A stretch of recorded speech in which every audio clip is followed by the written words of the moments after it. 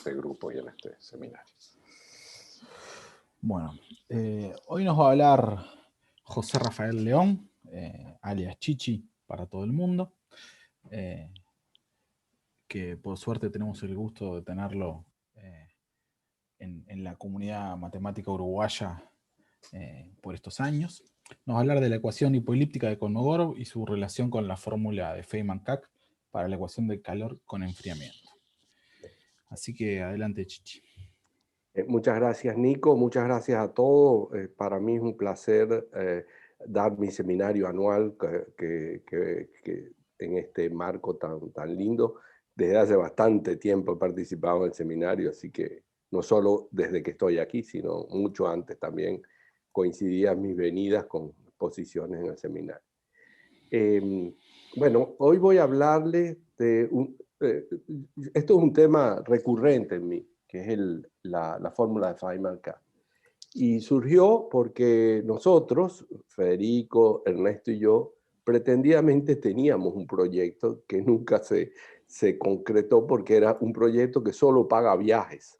Yo traté de que el proyecto se convirtiera en algo más tangible aquí, dada la pandemia, pero el dinero está en la Facultad de Ingeniería, pero mientras no haya viajes, no hay pago y el proyecto se termina este año. Entonces, en vista de eso, decidí trabajar con Clémentine Prieur y Pierre Toré en esta ecuación que surgió de una discusión en Grenoble en el 2019 y que, bueno, ahora estamos terminando un artículo, es decir, lo primero que tengo que decir es que esto es un trabajo conjunto con Clémentine Prieur y Pierre Toré, ambos profesores de la Universidad de Grenoble o de Haute-Savoie, como se llama ahora. Entonces, quiero comenzar, no sé por qué no camina.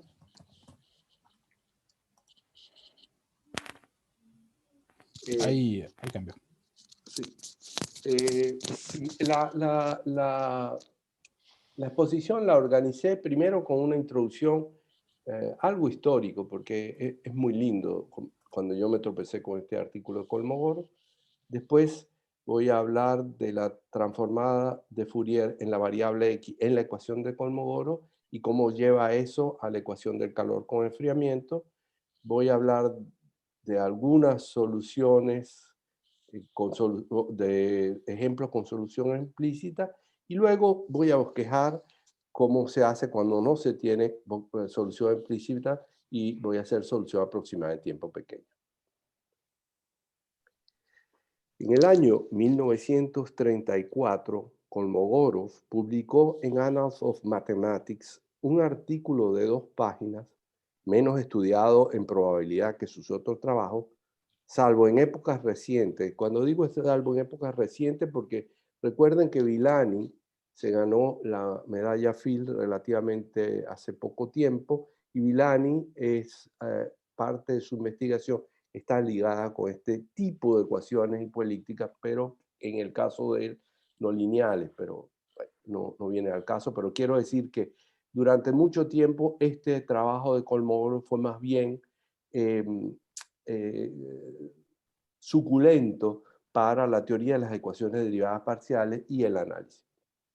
El título del trabajo está ahí en alemán, pero que yo lo traduje, por cierto, el trabajo me lo leí, pero para eso hice una traducción del alemán en Google al inglés, porque al español era una tragedia, y bueno, y a partir de ahí arreglé y pude leérmelo. Entonces, el artículo, esas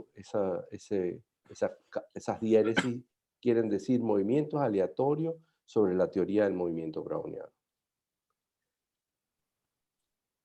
Para explicar muy rápido lo que está en el artículo de Kolmogorov, sean Q las coordenadas de un sistema que podemos pensar que son partículas que se están moviendo, y Q' denota las velocidades, denota las derivadas, es decir, las velocidades.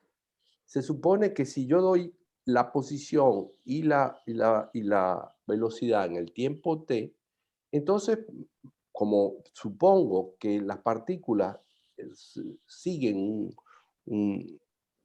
un camino aleatorio, no un camino, digamos, una perturbación aleatoria, entonces así lo dice Kolmogorov, voy a suponer que existe una cierta densidad de probabilidad textual, lo que dice Kolmogorov, GT, Q, Q', Q', que determina la probabilidad de los posibles valores de las posiciones y las velocidades cuando T' es mayor que T, habiendo comenzado en T. Entonces, Kolmogorov demuestra que la función G resulta la solución fundamental de la siguiente ecuación de Fokker-Plan. Esta ecuación tiene un término que depende de las derivadas, ¿verdad? De las variables derivadas. Esto es un término, llamémoslo de roce en algún sentido. Perdón, Chichi, ¿puedes explicar el punto y la prima que son? El punto es derivada y prima es cuando aquí tengo problemas, efectivamente. La prima son más adelante, ¿no? Y los puntos son las derivadas. Aquí debería haber prima y prima. Esto está, ¿no? ¿Verdad? Esto debería ser prima y prima. No, prima no, punto y punto aquí. Porque, ¿no? Es que en realidad los puntos son las derivadas y primas son la evolución de las variables. ¿Está claro? Es la variable en tiempo futuro. Sí, en tiempo futuro. Entonces, vuelvo aquí. Entonces, perdonen, aquí va un punto y aquí va un punto. Entonces, aquí tenemos derivadas con respecto a las... Aquí, con respecto... perdón, no, la cosa está bien. Aquí, fíjense que aquí es Q punto de I y aquí es Q' de I. En realidad, lo que debería ser es que aquí no va la prima y aquí va el punto. Así es. Es decir, que, veámoslo en este ejemplo mucho más sencillo. Si D igual 1 y denotamos X e Y las coordenadas, ponemos K igual 1 y F igual 0, entonces la ecuación que nos queda es derivada G respecto de T, es la derivada segunda con respecto a Y, menos Y por la derivada primera con respecto a X. Si pensamos con las I's como las velocidades y las X como las posiciones, vemos que esta ecuación no es una ecuación de difusión clásica, porque el laplaciano solamente depende de la variable Y. La variable X aparece como una especie de drift, pero no aparece la derivada segunda de G con respecto a X dos veces, que sería la forma como sería una ecuación de difusión, una ecuación de difusión clásica que gobierna un cierto proceso estocástico. Entonces, sigamos. Conviene ahora citar a Lars Hormander en su muy famoso artículo de Acta Matemática de 1968, Hypolectic Second Order Differential Equation. Dice, sin embargo, las condiciones suficientes para la hipolecticidad dada en 2 están lejos de ser necesarias. Por ejemplo, no son satisfechas por la ecuación esta, que es exactamente la ecuación anterior, solo que tiene un término de forzamiento, y en lugar de tener el menos aquí, tiene el más, pero eso no involucra gran problema. Para el operador, porque ¿qué es lo que decía el 2?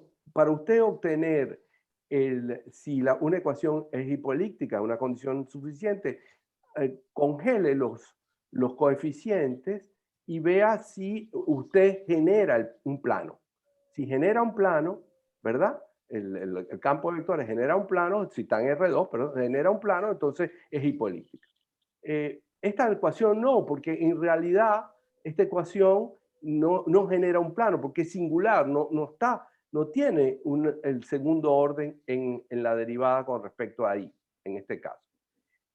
Pero Kolmogorov, en 8 es el artículo que acabo de citar, construyó en 1934 una solución explícita de esta ecuación con una función C infinito fuera de la diagonal, y esto implica que es hipolíptica, porque la definición de hipolíptica, una ecuación es hipolíptica si cualquier solución en distribuciones es una solución C infinito.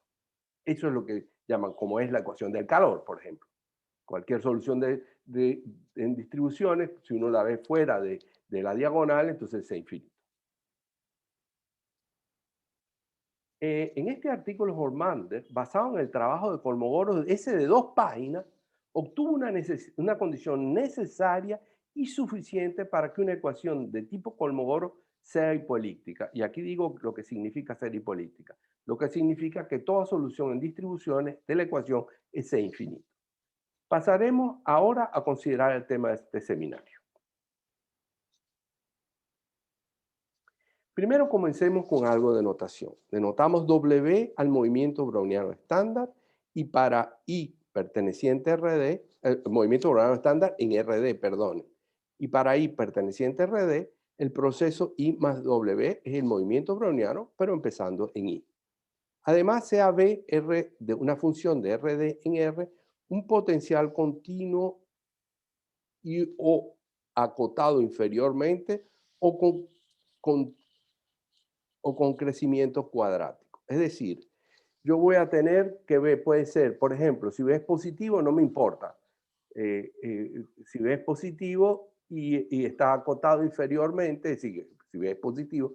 Entonces, en ese caso tengo soluciones, pero si no, si por ejemplo B está acotado por esta solución, puedo hacer lo siguiente. Considero un número complejo, alfa igual beta más i gamma, y definimos esta familia de operadores, ¿verdad? Esta familia de operadores es una familia de operadores de Feynman-K. Ahora va a quedar claro por qué. En primer lugar, notemos que para f de RD en los complejos, porque ahora como estoy tomando un exponencial que tiene un complejo, tengo que trabajar un semigrupo de operadores, tengo que trabajar en operadores que toman valores complejos. Entonces, por eso, si f es una función de RD en C y acotada, fíjense que este operador que está aquí, en lo que acabo de definir, lo acoto por la norma infinito de f y por la exponencial de beta de esta función. Por ejemplo, si beta es negativo, me basta con que b esté acotado inferiormente para que esto sea integrable con respecto al movimiento neuronal. Si beta es positivo, supongo que el potencial es cuadrático y a lo sumo cuadrático y también lo puedo integrar. Es decir, que bajo las condiciones que acabo de decir, para cualquier beta, por consiguiente, para cualquier alfa, porque la parte imaginaria no me molesta para nada, porque la parte imaginaria tiene módulo menor que 1, así que, y B es real, ¿no? Entonces, ahora, la propiedad de Markov del movimiento browniano permite demostrar que la familia PDT es un semigrupo. Simplemente uno demuestra condiciona, saca las cosas como son y muestra que PDT más S es P de T compuesto con PDS en FDI. Eso es simplemente una aplicación inmediata de la fórmula de la propiedad de Markov.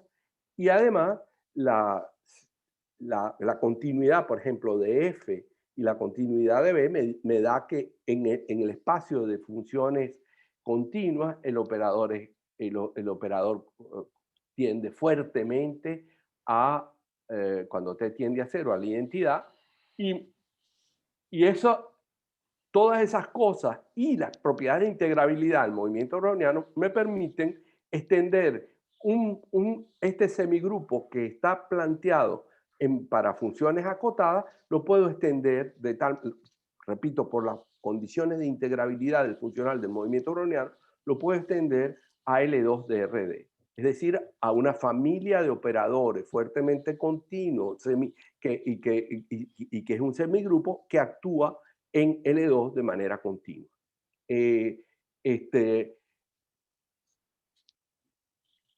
Ahora, ¿por qué Feynman-K?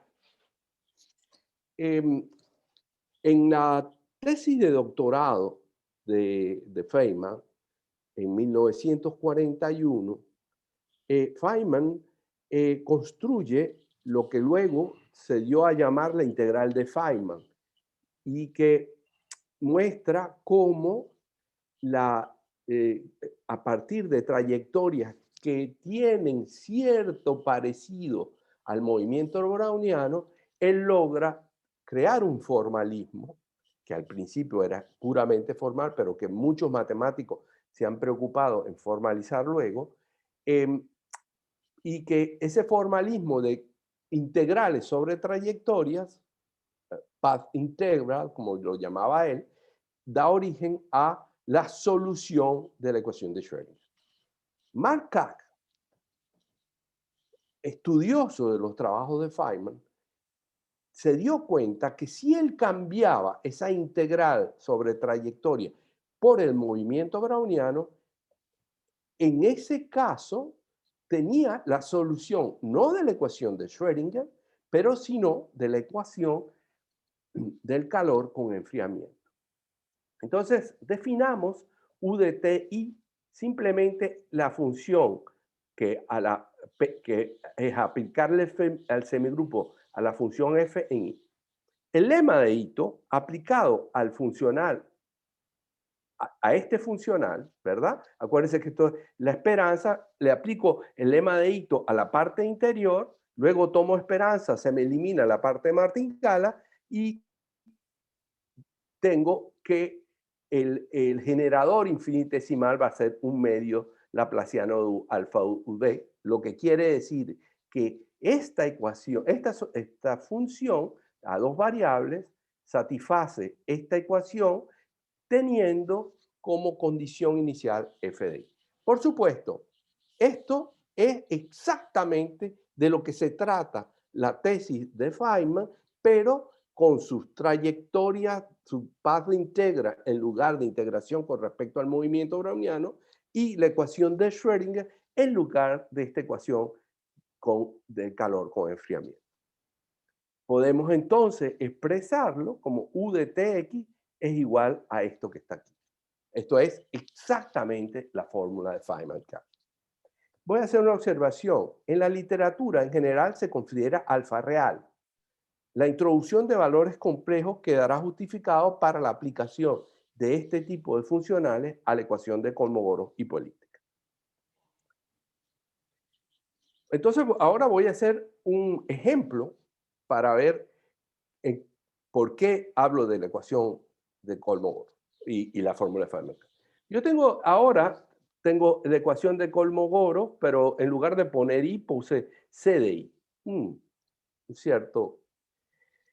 Entonces, vamos a buscar la solución fundamental, que quiere decir que aquí tengo este producto tensorial de deltas de Dirac. Esto, si yo tengo la solución con esta condición inicial, que es en distribución, eso es la solución fundamental de la ecuación.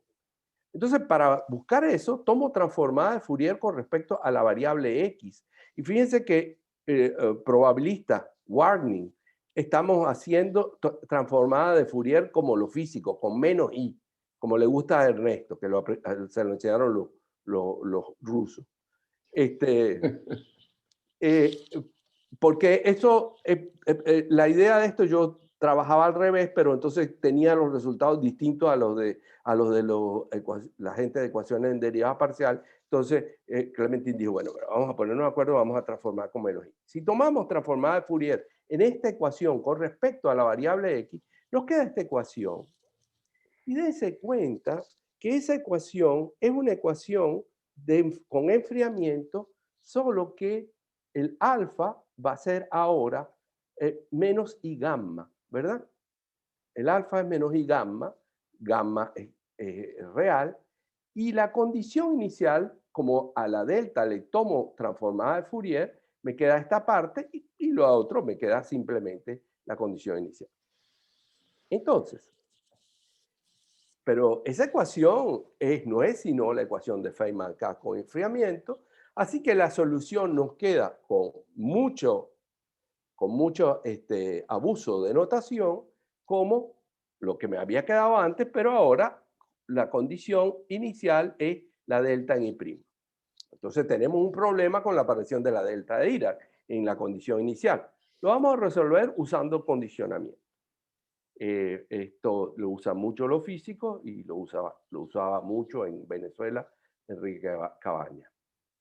En efecto, con la condición inicial, ahora en lugar de poner la delta, pongo f de i, y esta sí la dejo igual, entonces puedo escribir la solución como la solución fundamental integrada en i' de prima. Pero acuérdense que yo tenía una fórmula para esto utilizando la fórmula del movimiento browniano. Y ahora simplemente condiciono, tomo w de t igual a i' menos i', y nos queda que tenemos que esto es igual a esto, por dualidad, continuidad, y no los voy a aburrir con ese tipo de cosas, obtengo la fórmula para la transformada de Fourier en la variable x de la ecuación de Kolmogorov. Es decir, tengo esta forma, que es prácticamente rehacer lo mismo. Hacer el cálculo de la fórmula de Feynman-K y tomar simplemente condicionamiento. Estos problemas son complejos desde el punto de vista de medibilidad, pero como yo estoy considerando funciones relativamente buenas, todos los problemas de medibilidad y de continuidad en la esperanza condicional, todos se arreglan sin ningún problema. Entonces, para encontrar la solución fundamental de la ecuación 2 de Kolmogorov, basta calcular la transformada inversa de Fourier de esta con respecto a gamma. Hagamos para ilustrar el cálculo de la ecuación del Kolmogorov que aparece en Hormander, pero con menos i en lugar de i. En Hormander, como yo les advertí, tenía el signo cambiado. Así se tiene que, voy a sustituir, ¿verdad? Como es menos i, aquí el menos se va, sale ix, y ahora, como esto es lineal, simplemente sale e a la i gamma i por t, ¿verdad? Porque la integral de 0t es t, y nos queda esto. Y ahora, señores, probabilidad regresión, ¿verdad? Porque ahora lo que quiero, esto es, este P, no lo había dicho, es el núcleo el núcleo de transición del movimiento browniano, exponencial de menos norma de i' menos i' al cuadrado sobre 2t dividido raíz de 2pi d sobre 2 por t a la d medio. Así que este es el núcleo gaussiano asociado al movimiento browniano. Entonces, en esta transformada de Fourier con respecto a la variable x, tengo este término que lo conozco, tengo este término que lo conozco y tengo este término que lo conozco. Lo único que tengo que calcular es cómo se hace esto. Entonces, pero ahora z de t, que es la integral de 0ws ds, es una gaussiana centrada. Y si condicionamos con respecto al punto final, escribimos esta gaussiana como psi dt, wt, psi dt, con psi dt ortogonal a wdt. Calculamos inmediatamente, esto lo saben todos, calculamos cuánto vale psi dt, que esté medio, calculamos cuánto vale psi al cuadrado, que esté al cubo sobre 4 menos psi al cuadrado, y obtenemos que la varianza condicional esté al cubo sobre 12. Por consiguiente, esto es la transformada de Fourier, la función característica de una gaussiana que tiene media cero y que tiene varianza t al cubo sobre 12. Y simplemente, claro, y acuérdense que condicioné w de t y vale i' menos i. Entonces, claro, pongo psi de t y' menos i, y entonces simplemente me queda gamma i' menos i, ¿verdad? Porque psi de t vale t medio, gamma, y esto es simplemente la transformada de Fourier de la gaussiana psi de t. Y está ahí. ¿Sí? Hay un puente browniano escondido ahí, ¿no, Chichi? Ya va a venir, pero esto era la concurrencia. Entonces, para decir que yo sé calcular transformada de Fourier de gaussiana. Porque al final tengo aquí y me queda, tengo ya cuál es la transformada de Fourier de la solución fundamental de la ecuación de Kolmogorov. Y entonces invirtiendo, fíjense que lo que tengo es una gaussiana, esto no depende de gamma, y esto es una gaussiana descentrada.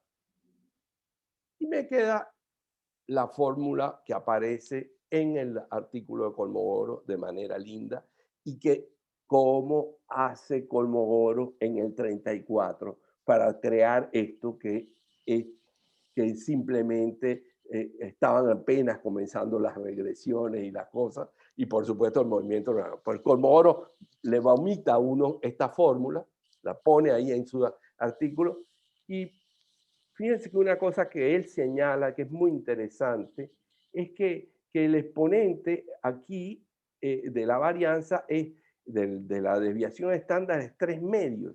Si nosotros tuviéramos una difusión bidimensional, sabemos que el núcleo asociado va a tener una singularidad en la diagonal que es como t, 1 entre t. ¿Por qué? Porque es de medio, ¿verdad? Entonces, si tengo una bidimensional, d vale 2, d entre 2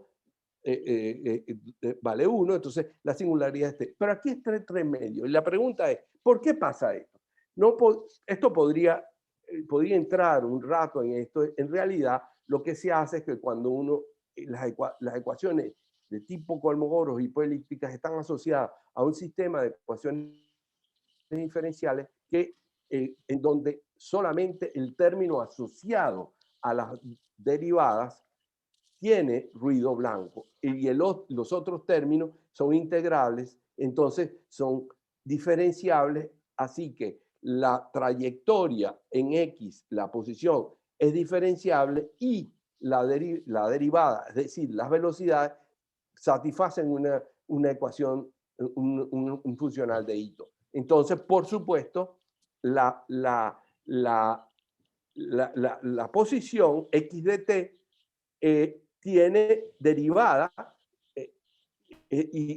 pero no tiene derivada segunda, porque la derivada segunda está motivada, y eso da la regularidad de 3 medios, para la regularidad de 3 medios, que está al final del artículo de Kolmogorov. Entonces ahora vamos a ver otro ejemplo que yo sé resolver, que todo el mundo aquí sabe resolver, porque son los casos lineales. La solución de la ecuación de Kolmogorov con d mayor que 1 y término lineal. La ecuación que acabamos de exponer se entiende de manera inmediata a dimensión mayor, y el método también. Consideremos entonces ahora C de I igual a el valor, al producto escalar de A, un vector fijo con I, donde A pertenece a RD. La ecuación ahora estamos en RD, es una ecuación de este tipo, pero ahora estamos en R, que es X, y en RD. Tomamos transformada de Fourier, ¿verdad? Igual que antes, y nos queda esto. Y de nuevo encontramos que la transformada de Fourier se escribe por la fórmula de Feynman-Katz, pero ahora notamos que nosotros podemos hacer varias cosas. Primero, sacamos este término, que es el que viene el hacer el producto escalar A por I.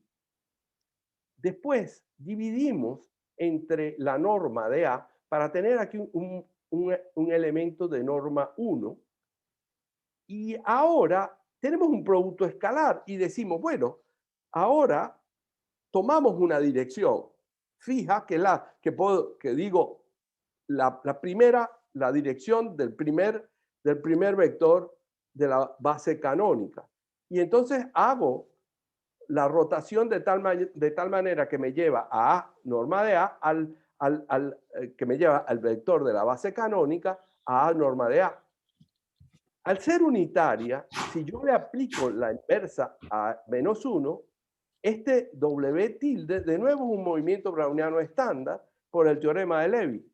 Dice que cualquier rotación en el plano, el movimiento browniano deja invariante la ley del movimiento. Entonces, claro, aplico a lo que tenía, simplemente ahora fíjense que en realidad yo hacía este producto, pero si yo pongo P1 de E1 y paso P a la menos 1 a este lado, me queda simplemente la primera coordenada de W tilde y W tilde. Y entonces este problema completamente, que era, no completamente, está simplemente en una línea. Por eso es que lo convierto en un problema unidimensional, aplico mi fórmula que había encontrado antes y tengo la transformada de Fourier de la solución fundamental.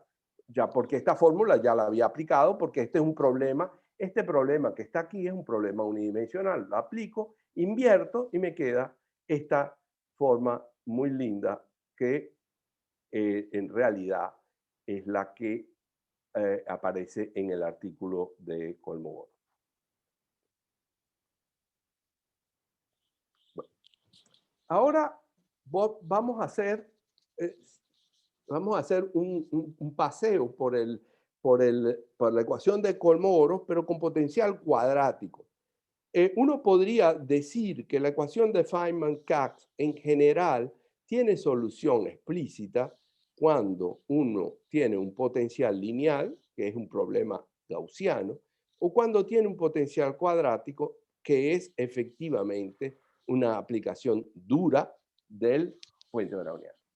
Entonces, vamos a suponer ahora que nuestra ecuación de Kolmogorov tiene como C un medio de I cuadrado. Este medio es para que desaparezcan los dos, para que no aparezcan los dos lindos por ahí, pues siempre aparecen. Con la misma condición y vamos a buscar entonces la solución fundamental. De nuevo, tomo transformada. Chichi, perdón, ¿que ese cuadrado que tiene alguna aplicación física o...? Sí, en general son potenciales cuadráticos. Por ejemplo, en el caso, suponte veo la ecuación de abajo, ¿no? Porque la de arriba, la ecuación de Kolmogorov es más, perdón, es un poco más complicado porque eso tiene que ver con que el roce tiene un potencial cuadrático que lo va moviendo. Pero pensemos en la de abajo, cuando tomo transformada de Fourier. Esto, suponte que gamma fuera fuera imaginario puro, de tal manera que aquí me queda y se me va y me queda un gamma i al cuadrado sobre 2. Esto es la ecuación del calor con potencial armónico. Es decir, eso es lo que da origen, en el caso del oscilador de mecánica cuántica, a la mecánica cuántica del oscilador armónico. Porque tiene el oscilador armónico tiene potencial cuadrático. ¿Está claro? Gracias. Entonces, ahora tomo transformada.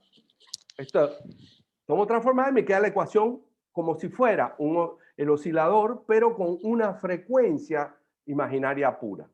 Y eso eso nos permite, digamos, los otros resultados son muy conocidos. Con imaginario puro es un poquito más complicado, pero ya van a ver. Entonces aplico de nuevo, pero ahora voy a hacer una cosa distinta.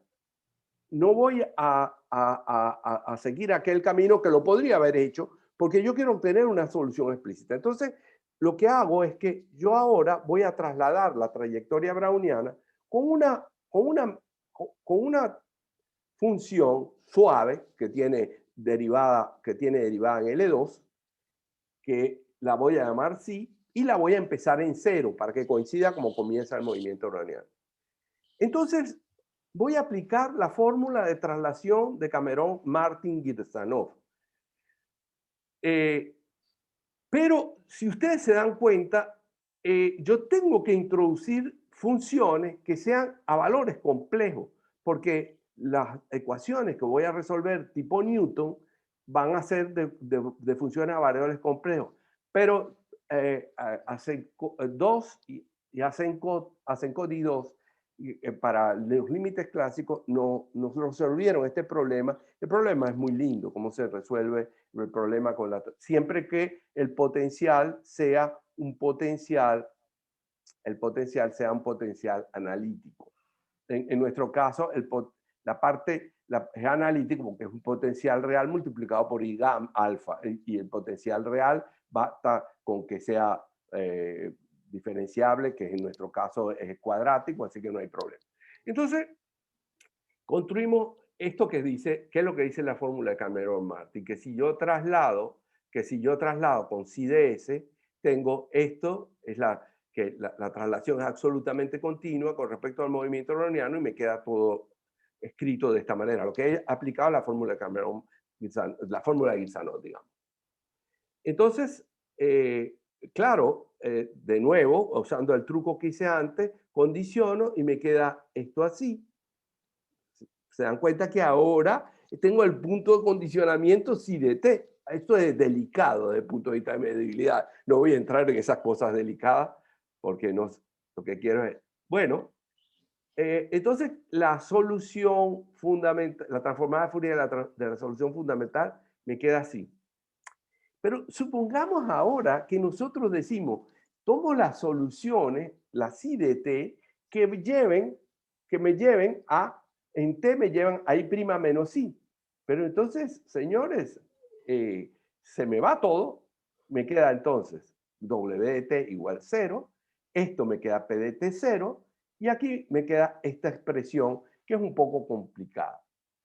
Y ahí va a venir el puente browniano que le gusta a Ernesto. Ahora tengo que tengo que ir delicado, todo esto estaba muy bien argumentado en el artículo de Asenkov y 2, y dándole vuelta al movimiento browniano, la rotación por el tiempo del movimiento browniano estándar, y cambiando x de t, lo que estoy cambiando es que le estoy dando vuelta a psi, me queda esta expresión. Y ahora, supongamos que la ecuación, la función x, además de tener esas dos condiciones, ¿verdad? Que es que, como le di la vuelta, x0 vale i' y x de t vale i, y ahora supongo que satisface una ecuación del tipo Newton con potencial imaginario puro. Bueno, simplemente resuelvo esta ecuación, me da la única solución de esta ecuación, porque ahora resuelvo la ecuación y pongo x de 0 igual a i' y x de t igual a i, me da exactamente esta solución. Pero lo que es interesante es que yo ahora puedo hacer desaparecer el término de integración estocástica en el exponente, porque cuando la ecuación satisface la ecuación de Newton, este término se puede integrar por partes y me da exactamente eso. Lo que nos dice aquí, me queda este término y x' de s, porque los otros términos se cancelan. Perdón, ¿por qué quedan al cuadrado, Chichi? ¿X cuadrado, W cuadrado? Porque, fíjate, tienes este término, ¿verdad? Este término está aquí. Y este término lo transformo en x de s, w de s, ¿verdad? Y entonces, acuérdate, cuando yo elevo al cuadrado aquí, me queda x al cuadrado menos 2 veces sobre 2. Eso lo habíamos visto la otra vez. Siempre pasa. Y entonces, bueno, queda esto, saco lo que tengo que sacar, que es esta parte, ¿verdad? Que es determinista. Que es determinista, y me queda esta parte. Ahora, ese es el puente, la integral de... Como Ernesto ya lo sabe. No, yo no lo sé. Mi comentario es que es formidable, porque cuando tenías el término i queda un w, y ahora tienes el término i cuadrado y queda un w cuadrado, ¿no? Eso claro, es buenísimo. Muy bonito, es muy llamativo, sí. Pero eso después voy a hacer un comentario que se van a divertir. Bueno, aquí tenemos esto, lo que nos queda es tenemos este término, el primer término, el segundo término, y el segundo término que es esperanza, y el núcleo gaussiano, esto es 1 sobre 2pi t a la d medio, ¿no? Eso nada más. Entonces, ahora, este término que está aquí, que es el primero que está, es lo que llaman la acción. Es decir, este es un funcional cuyo mínimo es la solución de la ecuación de Newton. Y se puede calcular porque yo sé que la ecuación de Newton la sé resolver. Meto todo y este término, meto a x, la x de la solución de la ecuación de Newton y lo puedo calcular. Me queda simplemente entonces que todo esto es esta ecuación. Ahora, todos sabemos que si condiciono a w de t, esto es simplemente la integral del puente browniano. Y ahora, señores, vienen la historia de este cuento. Este cálculo que se hace aquí, lo hace mucha gente. Uno lo que hace es que simplemente desarrolla el puente browniano en la base trigonométrica de senos, y ahí les queda simplemente un producto de chi cuadrado, y ese producto de chi cuadrado hay que trabajarlo. Les digo... Pero chiqui, no está bien. Porque pero no es gaussiano. No es gaussiano, por eso da chi cuadrados. Pero lo que es interesante es que Feynman escribió un libro con un alumno que se llama Feynman Hips, que el ejercicio 8 del capítulo 3 es este cálculo. El ejercicio 8. Yo estaba muy contento porque había entendido Barry Simon, en el libro viejo de los años 80, utiliza la fórmula de Michel-Leffler para el seno y el coseno. Y yo había entendido. Y entonces digo, pero yo en algún lugar leí una cosa como esta. Y busqué en el libro y está el ejercicio 8. Resuelva con su integral a la Feynman, pero es exactamente lo mismo. Es un ejercicio. Así que no es tan difícil. ¿Podés repetir cómo dijiste? ¿Se desarrolla? ¿Qué pasa? El puente browniano se desarrolla en 0 vale 0, sí. Y en 1 vale 1. Entonces lo desarrolla en senos, ¿verdad? Sí. La construcción de Wiener. La construcción de Wiener, claro. Al desarrollar en seno, y al desarrollarlos en seno, con variables aleatorias independientes. Y entonces ahora esta integral la vas a escribir como la suma, sacas el producto y te queda un producto de chi cuadrado. Cuando eso, ¿sabes? Es la transformada de Fourier de las chi cuadrados. Lo sabes calcular, pero te queda un producto infinito. Y ese producto infinito es exactamente esto. Y eso es lo que Feynman le hace a uno poner como ejercicio 8 del capítulo 3 de su libro. Porque hay términos cruzados ahí que se van. Se van porque son independientes. El desarrollo de B en la base de senos es un Los desarrollo coeficientes son independientes. Son independientes. Bueno. La solución fundamental de la ecuación correspondiente se obtiene calculando la transformada de Fourier inversa que no tiene una forma cerrada. Entonces, eso me motiva para las últimas 3 o 4 transparencias, es que digo, bueno, si no tengo fórmula cerrada, ¿qué hago? Porque ya hice varias fórmulas cerradas. Entonces, el ejemplo anterior nos indica que son excepciones las ecuaciones que admiten una solución explícita. Uno puede decir que son los potenciales lineales, los potenciales cuadráticos, el potencial cuártico, pero es un horror hacer con el potencial cuártico. Pero bueno, ahora bosquejaremos un método para aproximar la solución en tiempo pequeño. Recordemos que para la ecuación del Kolmogorov, al tomar transformada de Fourier en la variable x, tenemos esto, y ahora sí estoy poniendo la ecuación completa, cuya solución fundamental, ya la habíamos visto, es esta. Recordemos el modelo de regresión. Verá, Ernesto, ahora sí aparece mi puente, ¿verdad? Y entonces sustituyo, y ahora, como es independiente de WT, se acaba el condicionamiento y tengo esta cosa.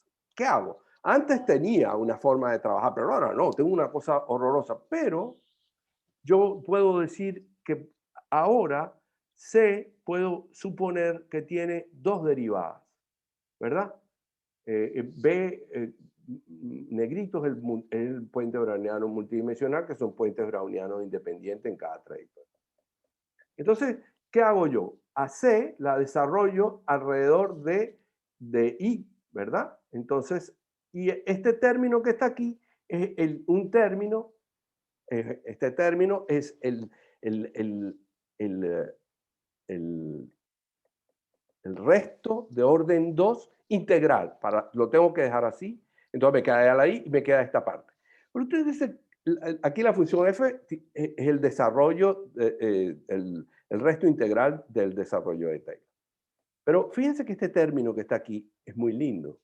La variable c'I integral de 0 a b de s es una gaussiana centrada con varianza simplemente esta que está aquí. Así que obtenemos que si calculamos su transformada de Fourier, me da esto.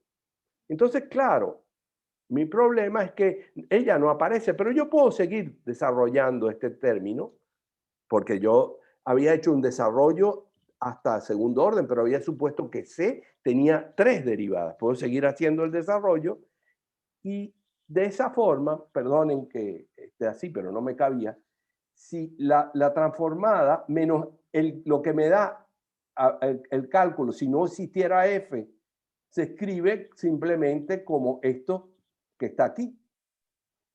Ahora sí que sí aparece, fíjense que a F le resto 1, aquí puedo hacer el desarrollo, entonces está dividido T. Ahora, ¿qué pasa? Todo esto está muy bien, es decir, lo que tengo que ver es qué pasa con este término cuando T tiende a 0. Bueno, pero cuando T tiende a 0 va a ser I gamma F I prima 0 por orden de raíz de T. Estoy desarrollando este término alrededor, estoy suponiendo que T es pequeño, entonces desarrollo el funcional, digamos, a partir de T, me queda esto, y eso quiere decir que asintóticamente el término es como simplemente este y gamma, ¿verdad? Y F0, que es simplemente el cálculo del el término de error en el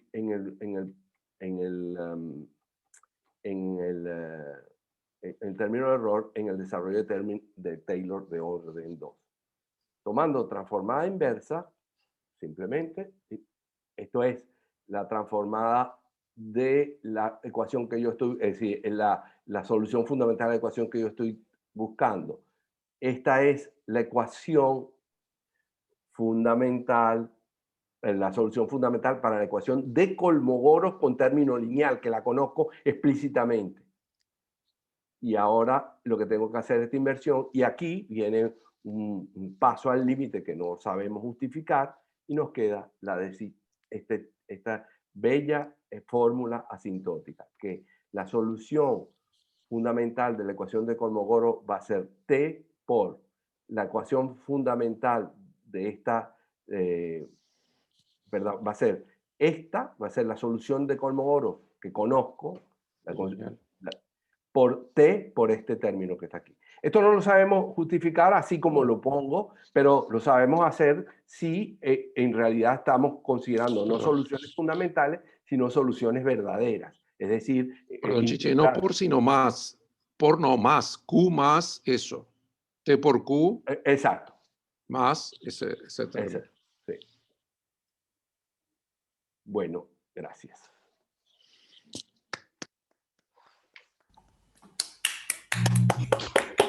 Muchas gracias, Chichi.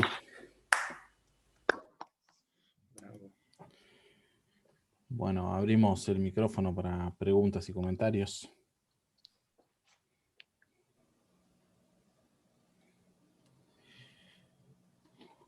No, yo tengo una... dale, Cacho. No, dale vos que yo hablé bastante. No, yo tengo una pregunta ahí no más que tiene que ver con una cosa que dijiste y que el Cacha remarcó, y es que cuando vos le ponías I a la ecuación de...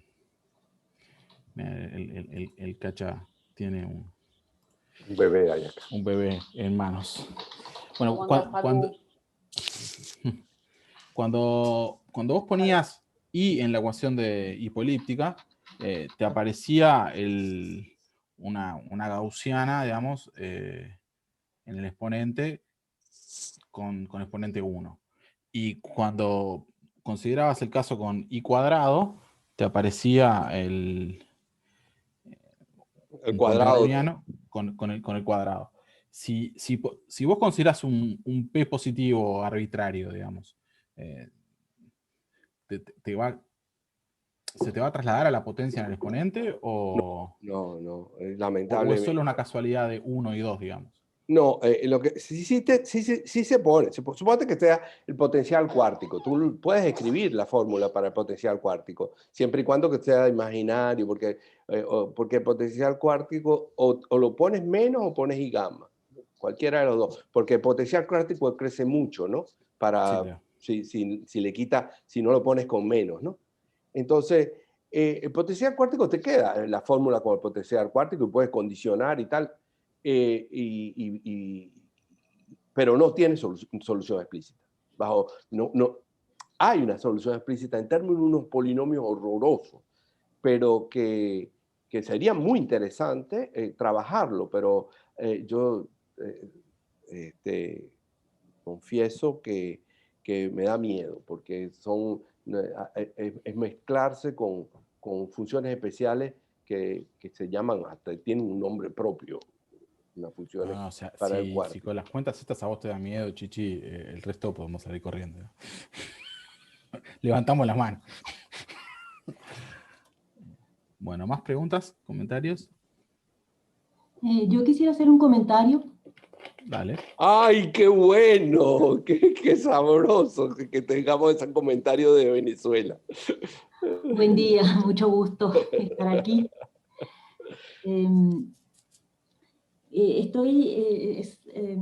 comentario medio naif. No recuerdo exactamente, estoy citando de memoria, no tengo el libro aquí. Yo creo que en el libro de Karatsas y Shrev está discutido el potencial con dos valores.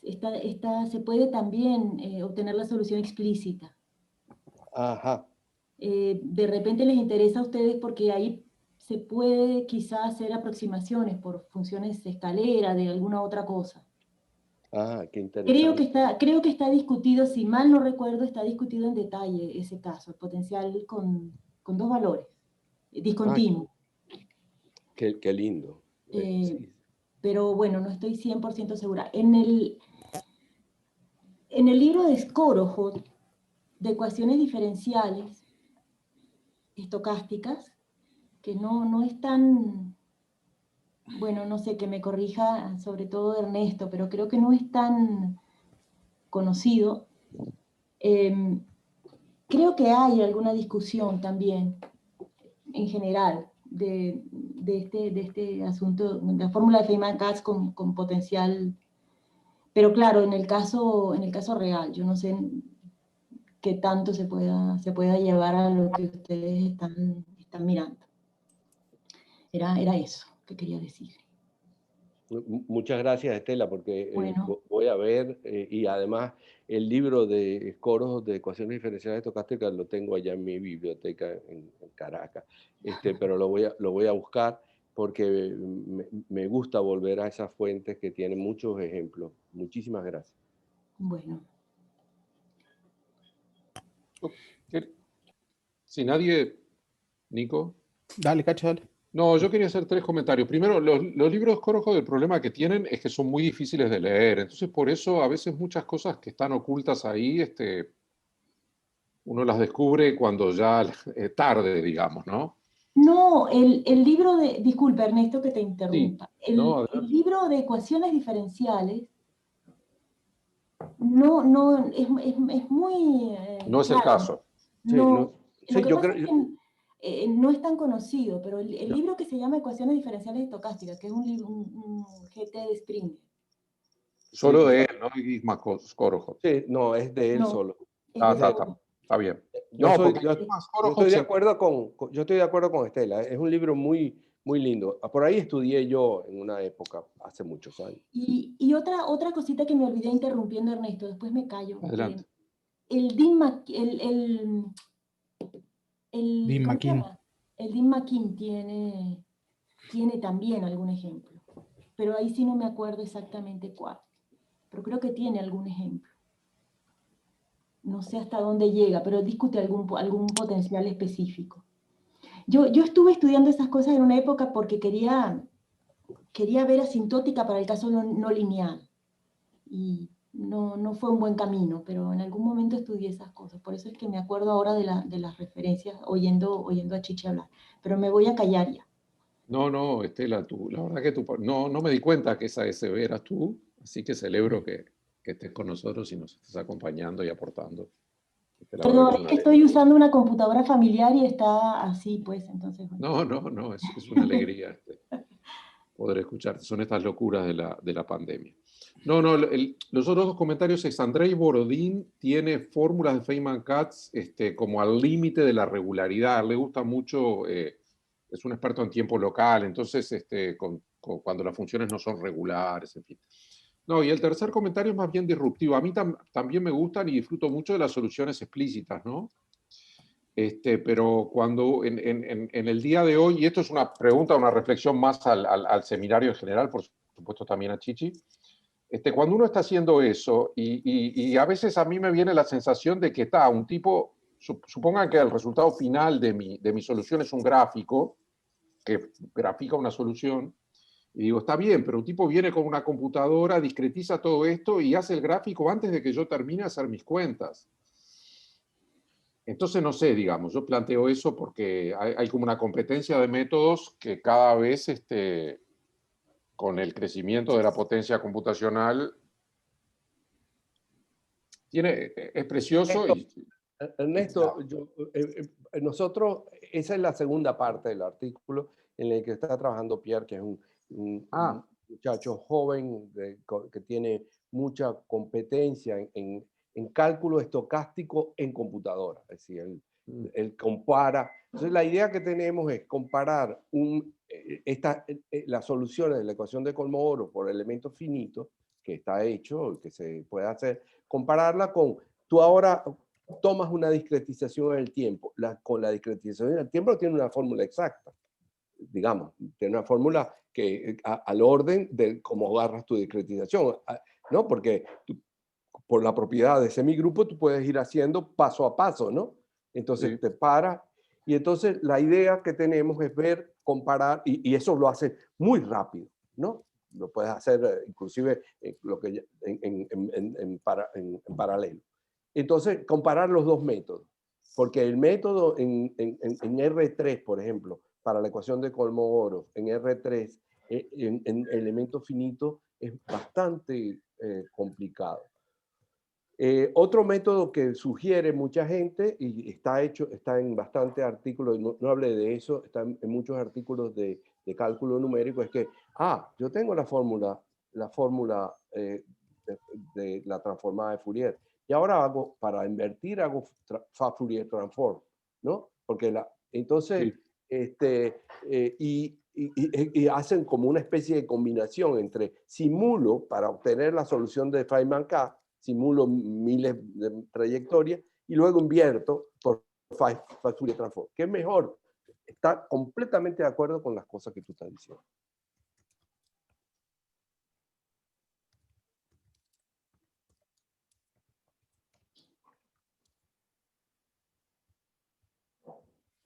No, yo un comentario nomás sobre esto de los métodos numéricos. Sí, es verdad, pero también no tenés clara la estabilidad y no todos los métodos numéricos estos funcionan razonablemente cuando creces un poquito de la dimensión. No, está claro, yo diría que tratando de resolver numéricamente, ahí te das cuenta de vuelta del valor que tienen las soluciones exactas. Sí, claro. Porque cuando vos estás haciendo algo numérico, estás en un mar de incertidumbre y no digamos, O sea, si tenés una guía... Y muchas veces, o sea, y muchas veces si no tenés aunque no tengas la fórmula exacta, si no tenés una versión más refinada de lo que podría ser la solución, digamos, es imposible interpretar si lo que obtuviste es algo esperable o no. Sí, claro. Pero bueno, hay gente acá en la audiencia que sabe mucho más de simulación computacional que yo. No, bueno, hay dos cosas, ¿no? Uno sería simulación y otro sería discretización, ¿no? Para resolver la ecuación determinista. Al final, Chichi, una pregunta. La integral esta por caminos, ¿no es la integral en un espacio de Wiener de medida? No, hay diversas interpretaciones. Hay un artículo famoso de Gelfand Jaglom en el cual ellos decían, yo hago la continuación analítica y bueno, y resuelvo el problema. 3 o 4 meses después, en un artículo que se llama Illustrated and Feynman Integral de Cameron, él muestra que si eso se pudiera hacer, la medida que da tiene variación infinita, variación total infinita en cada subconjunto compacto. Entonces, lo que quiere decir es que tú solamente puedes construir, si lo haces así, puedes construir aproximaciones finito-dimensionales. Y luego lo que tienes que hacer, haces aproximaciones finito-dimensionales y entonces tienes una clase de funciones que puedes integrar, como el caso de integral de Riemann. Tiene una clase de funciones. Ahora, caracterizar esa clase de funciones integrables por esa medida es muy compleja. Recientemente, desde 2014, Ibragimov y un grupo de físico-matemáticos, Fadeyev, han publicado en la revista rusa una serie de trabajos que tratan de resolver el problema de Gelfand Jaglom. Y la idea es, toman transformadas de Fourier en el problema y caen, Ernesto, en un proceso de Poisson. Y ese proceso de Poisson sí da una medida en el espacio de trayectoria de salto, digamos. Entonces ahí se trabaja y después uno invierte Fourier y tiene el resultado para lo que quiere. Eso son trabajos relativamente recientes, desde 2014, tienen varios trabajos en diversas revistas rusas. Pero no he visto, digamos, citas fuera de la escuela del Steklov y del Instituto de San Petersburgo, que es donde están todos centrados esos trabajos. Bueno, yo quiero hacer un par de comentarios de bienvenida. Por un lado, al uruguayo venezolano que es Chichi, quiero darle la bienvenida a los temas de integración estocástica, de fórmula de Feynman-Katz, el movimiento browniano, que hacía un tiempo que no aparecían en el seminario. Y la otra bienvenida a la venezolana uruguaya, que hasta que habló no sabía quién era que se escondía atrás de las iniciales, que es una gran alegría que esté acá y es una lástima que no la vemos, pero la hemos escuchado y eso justifica fuertemente la bienvenida. Quería hacer ese par de comentarios nada más. Gracias, profe. Bueno, si es así, cerramos con un aplauso para Chichi, agradeciéndole la presentación nuevamente. Y bueno, paramos la grabación.